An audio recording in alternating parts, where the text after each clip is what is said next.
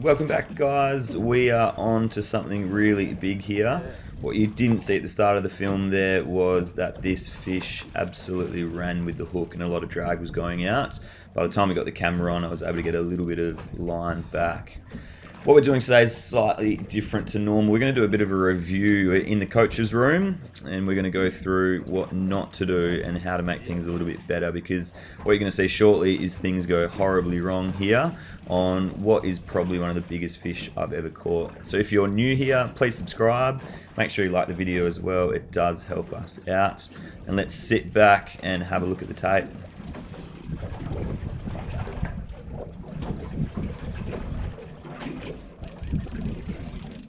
Yeah.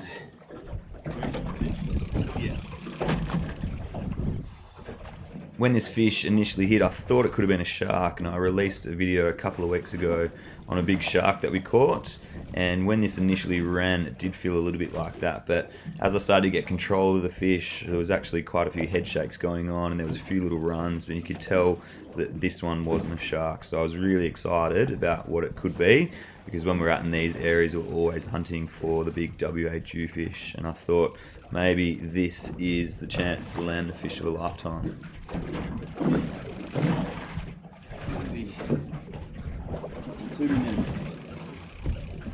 I could feel the power and weight behind this fish and knew that it was something really, really big.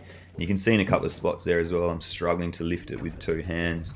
Unfortunately, that morning I'd put half my stomach lining into the ocean. I don't normally get seasick, but for whatever reason that day I was really crook, so the effort levels were a bit of a struggle, but I knew that this was something really, really big and was just putting in everything to try and get it to the top.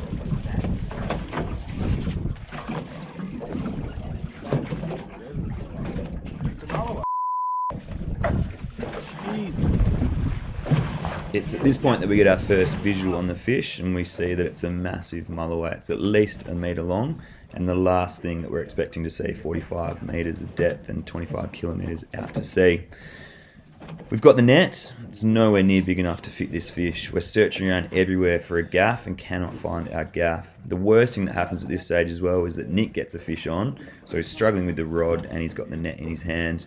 We quickly realise that it's just not going to work, so send him back to his rod to try and bring his fish up. And I'm thinking I can open up the back door here, drop the ladder down, and I can try and guide this fish over the back transom and pull it in. Now, this is where it all goes really wrong. I've got some pressure on the hook in the fish's mouth at the moment, but I take that pressure away when I'm messing around with a couple of other things, and the hook comes loose. There's no pressure on it in the fish's mouth, and you'll see here that I pull up, and I've only got a sinker. There's no fish on that anymore. The fish looks at me, and then it just swims away. And if you want to see what soul destroying and a heartbroken man looks like, you can see it right now. Where do we have the gaff?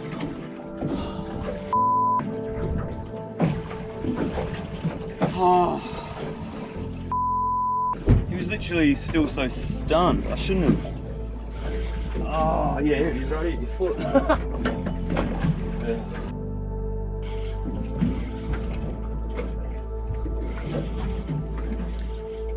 That still hurts, watching that back and seeing how close we were to having that fish on board.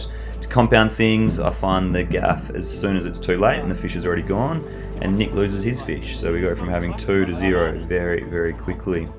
You've always got to take a couple of lessons away from a situation like this, and the number one thing I learnt was to always know where your equipment is. Our gaff is always in the gunnel, but for whatever reason it wasn't on that day, and that cost us this fish. And the other is to always keep the pressure on the hook. We know that from the earliest of ages, but I dropped the ball this day and that cost me the fish. This is the second mulloway at about that size, around the metre mark, that I've lost right at the boat. The last one was 5 years ago. I hope it's not going to be another 5 years before I see a fish that big again. Thanks for watching. We'll see you again soon. Unbelievable.